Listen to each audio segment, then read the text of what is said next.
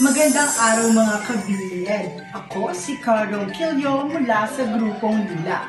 Kabilang sa grupong ito ay sila Camilo Reyes, Ronel Ronquillo, Kyla Aguilar, Faith Anuran, Ashley Andrada, Rovalie Bacrid, Jercel Joy Manalagsan, Cindy Lugal Yarden, Paula Lynn Perez.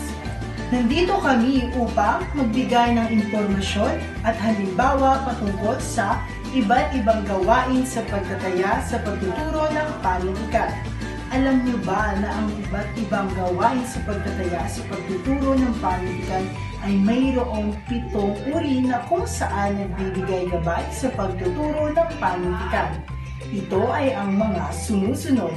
Una ay ang scaffolded instruction, pangalawa ay ang modeling, pangatlo ay ang cooperative learning, pang-apat ay ang having choices, at ang pang-lima ay ang independent reading and writing, at ang pang-anim ay ang modes of reading, at ang pang-pito naman o ang panghuli sa uri ay ang prior knowledge activation. Makinig ng mabuti at unawain ang bawat impormasyong nakapaloob sa tekstong babasahin. Simulan natin sa scaffolded instruction. Scaffolded instruction. Ito ay ang mga gabay na ibinibigay ng guro sa buong proseso ng pag-aaral. Ang suporta na ito ay partikular na inaakma sa bawat mag-aaral. Sa pagtuturo, kaakibat nito ang mga salitang estratehiya. Ito ang mga kagamitan at gawaing ginagamit ng guro sa bawat hakbang ng pagkatutong isang mag-aaral.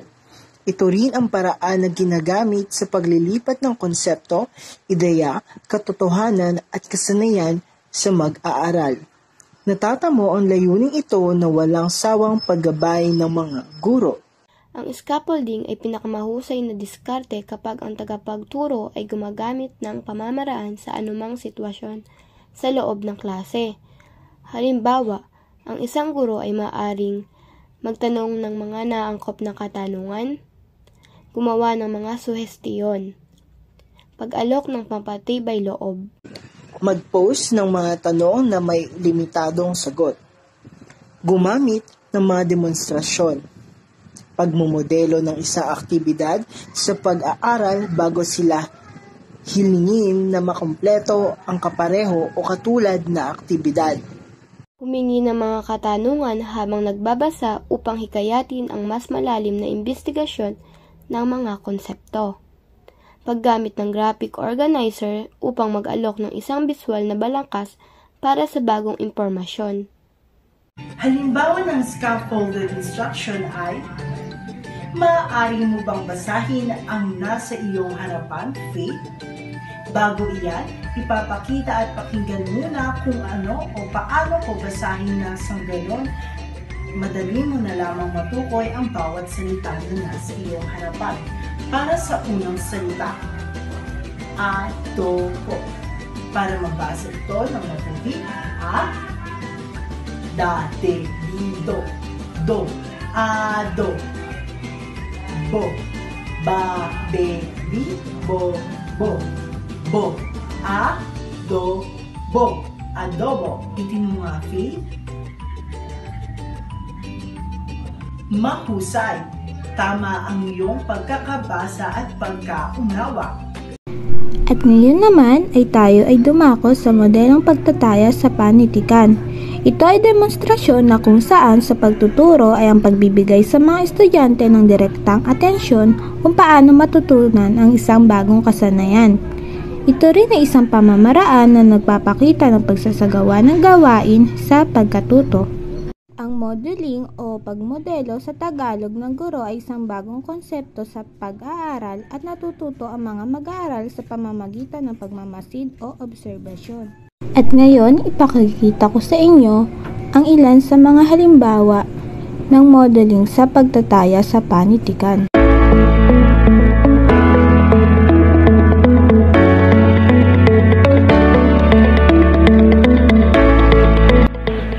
Magandang araw sa ating lahat. Ako nga pala si Cindy Gallardo at ngayon ituturo ko sa inyo kung paano gumawa ng instructional materials na small books na magagamit natin sa ating mga mag-aaral. Kaya simulan na natin.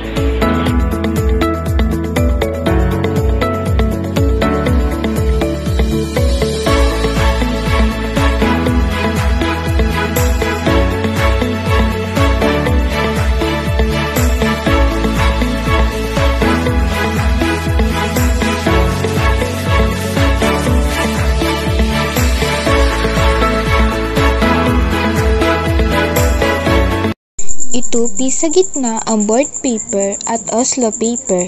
Siguraduhin na pantay ang magkabilang dulo.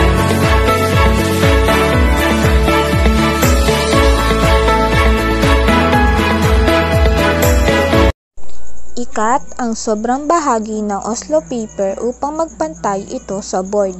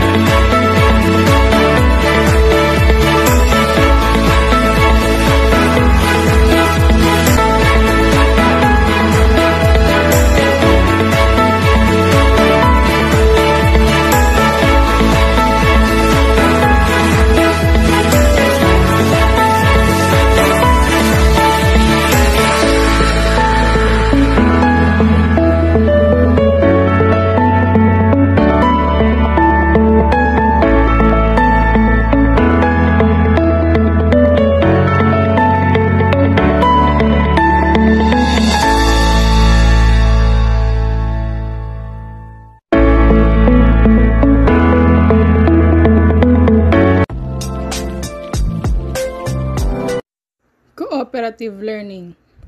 Ang cooperative learning ay isang dulog o paraan ng pagtuturo upang lalo pang maunawaan ng mga mag-aaral ang tinatalakay na aralin. Ang mga mag-aaral ay kasangkot sa isang pangkat at tulong-tulong na gumagawa para matamo ang isang layunin, ang pagkatuto sa patnubay ng guro. Sa estratehiyang ito, nababawasan ang labanan ng bawat isa, sa halip ay tulong-tulong na lumulutas sa mga nakikitang problema. Sa paraang ito, ang mga mag-aaral ay masiglang natututo at nagkakaroon ng malalim na pag-unawa sa mga paksa, konsepto at mga ideya. Ito ay ang sama-samang pagsisikap ng guro at mag-aaral upang matamo ang itinakdang layunin. Ito ay isang pamamaraan ng pagtuturo kung saan ang mga mag-aaral ay magtatrabaho sa maliit na pangkat upang makamit o maisakatuparan ang layunin sa ilalim ng gabay ng guro.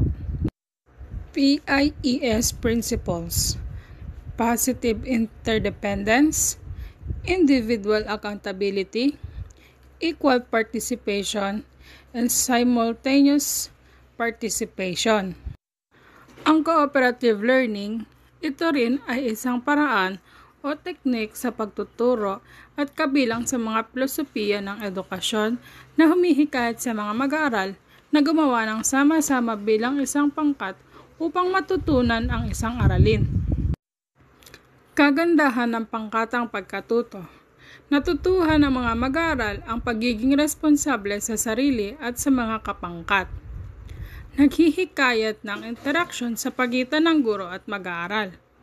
Naghihikayat ng aktibong interaksyon ng mga mag-aaral na makapagpapalinang ng kanilang mga kasanayan at pagtitiwala sa pakikitungo sa iba. Narito ang halimbawa kung paano natin magagamit o maipapakita ang paggamit ng cooperative learning. Ang klase ay hahatiin sa 5 grupo na kung saan ang bawat grupo ay kinakailangang gumawa ng isang maikling kwento na naipapakita ang mga salik o sangkap ng maikling kwento tulad ng tauhan, tagpuan, at banghay. At ang mga bahagi tulad ng panimula, tunggalian, kasukdulan at pangwakas na mayroon nito. At narito naman ang ika-4 na mungkahing gawain sa pagtataya sa panitikan.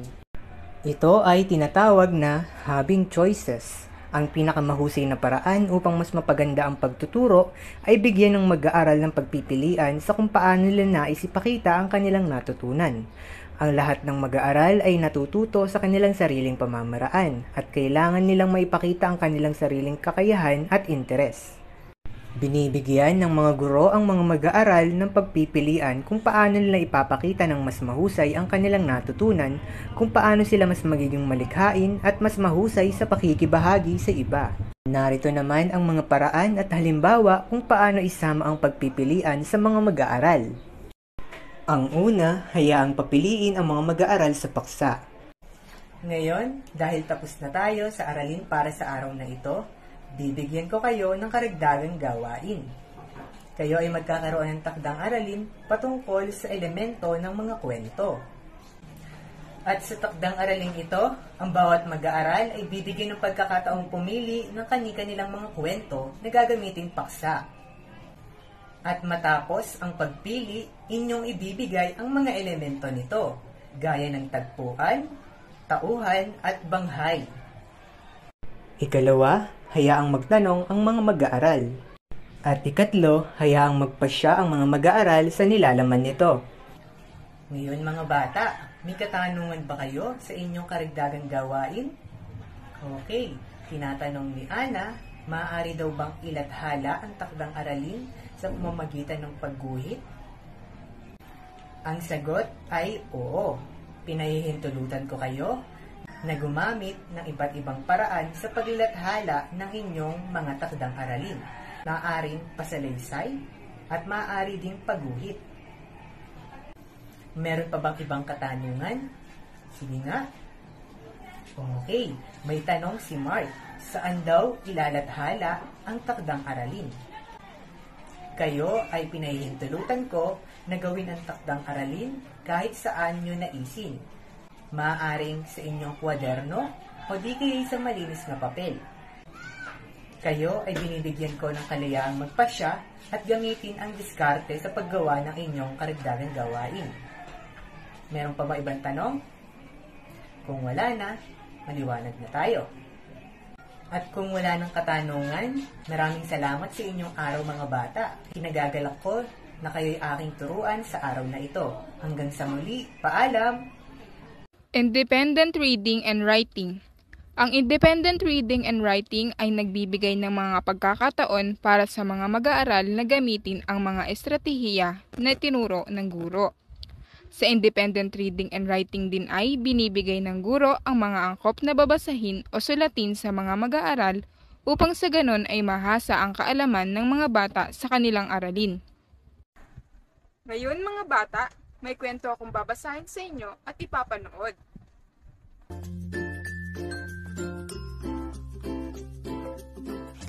Pamilyang Nagtutulungan. Isinulat at iginuhit nina Evelyn S. Lazaro, Gladys P. Herman, Jovelyn D. Odtohan, Elba C. Aliposo, digitized by Eugene S. Ignacio.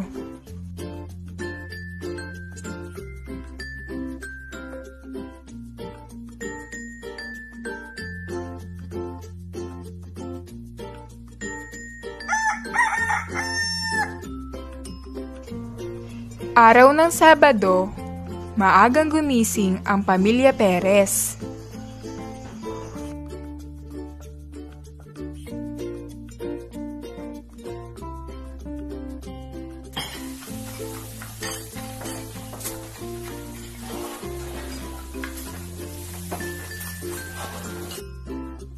Abala ang buong mag-anak upang ipaghanda ang kaarawan ng kanilang bunso.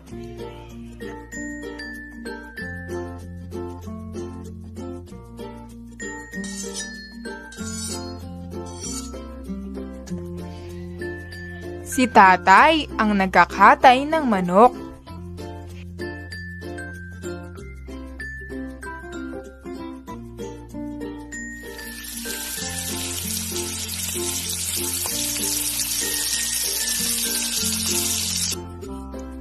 Si nanay ang nagluluto ng pagkain para sa handaan.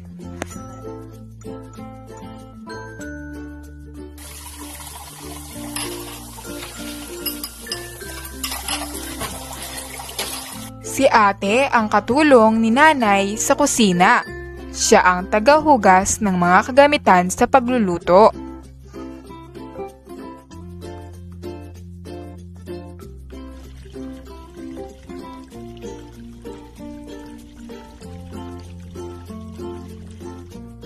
Si kuya naman ang taga-igib ng tubig na gagamitin sa paghuhugas.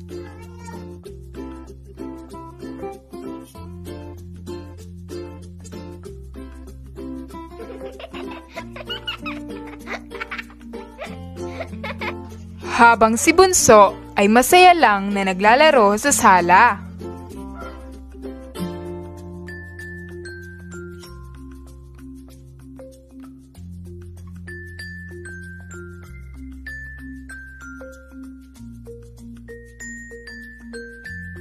Dahil sa kanilang pagtutulungan, masayang pinagsaluhan ng mag-anak ang handaan sa karawan ni Bunso. Nagustuhan ba ninyo ang kwento? Mahusay kung ganon.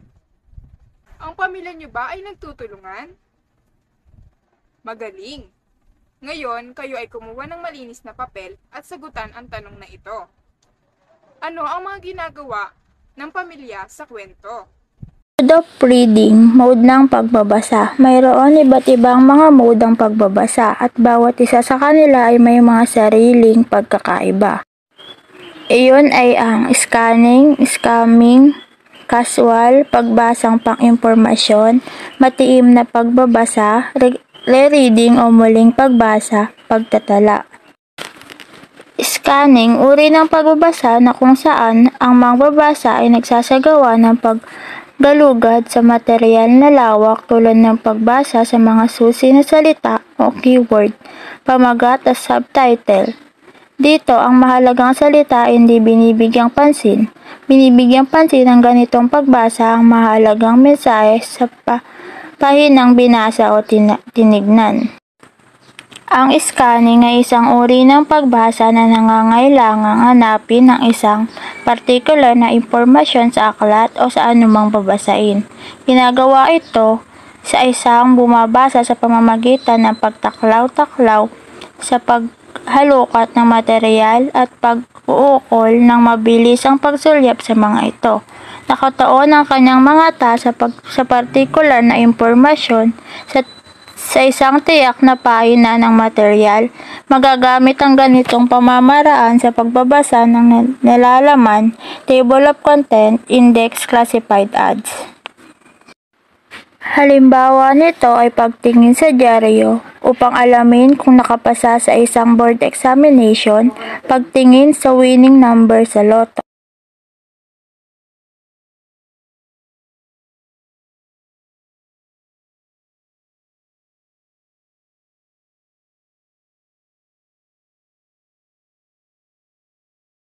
Skimming. Ito ay pagsaklaw o mabilisang pagbasa upang makuha ang pangkalahatang ideya o impormasyon, o kaya ay pagpili ng material na babasahin.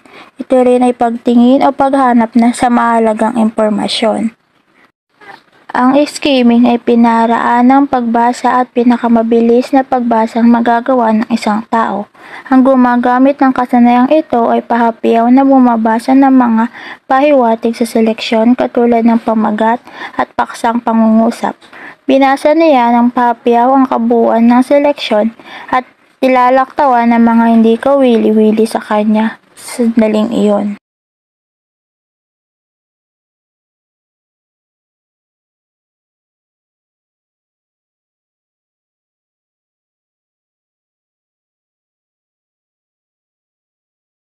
Casual, pagbasa sa pansamantala o hindi palagian. Magaan ang pagbasa tulad halimbawa habang mainihintay o pampalipas ng oras. Pagbasang pang-impormasyon. Ito ay pagbasang may layuning malaman ang impormasyon tulad halimbawa ng pagbasa sa pahayagan kung may bagyo, sa hangarin malaman kung may pasok o wala. Maaari rin ang pagbasa ng aklat sa layuning masagot ang takdang aralin. Ito rin ay pagbasa na may hangarin na mapalawak ang kaalaman. Pagbasa na hinahanap ang lahat ng mahalagang impormasyon na kinakailangan ng mambabasa higit na binibigyang pansin ang dati ng kaalaman upang maiugnay sa bagong pangangailangan. Matiim na pagbasa. Nangangailangan ito ng maingat na pagbasa na may layuning maunawa ang ganap ang binabasa para matugunan ng pangangailangan. Kinakailangan ng masusing pagbabasa upang magkaroong higit o sapat na kaalaman patungkol sa isang paksa. Tulad halimbawa kapag ang mambabasa ay kinakailangan mag-ulat sa klase. Rereading o muling pagbasa. Paulit na binabasa kung ang binabasa ay mahirap unawain, bunga ng mahirap na talasalitaan o pagkakabuo ng pahayag. Isinasagawa ang muling pagbasa upang makabuo ng pag-unawa o masakyan ang kabuoang diwa ng material na binasa. Dito ay paulit-ulit niyang babasahin ang basahin upang mas maunawaan pang lalo. Pagtatala. Ito'y pagbasang may kasamang pagtatala ng mga mahalagang kaisipan o ideya bilang pag-imbak ng impormasyon. Kasama rito ang paggamit ng marker para bigyan ng pansin o highlight ang bahaging mahalaga sa binabasa lalo na't ito'y sariling pag-aari. Hindi lahat ng sinasabi ng tagapagsalita ay nauunawaan natin o natatandaan kung kaya't ginagawa ang gawaing pagtatala. At narito naman ang ikahuling paraan at halimbawa kung paano isama ang pagpipilian sa mga mag-aaral. Ito ay tinatawag na prior knowledge activation.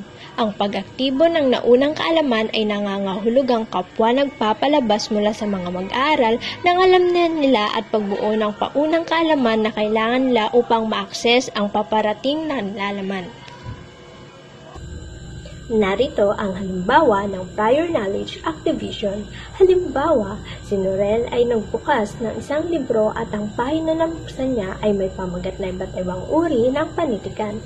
Para kay Ronel ay hindi o wala siyang idea o nalalaman sa pamagat ng pahina, pero ang totoo ay meron. Naisip ni Ronel ang kahulugan ng panitikan. Alam niya rin kung ano ang ibig sabihin ng iba't iba. At dahil doon, papasok na ang activation ng prior knowledge niya. Magandang araw mga bata, handa na ba kayo sa ating aralin ngayong araw?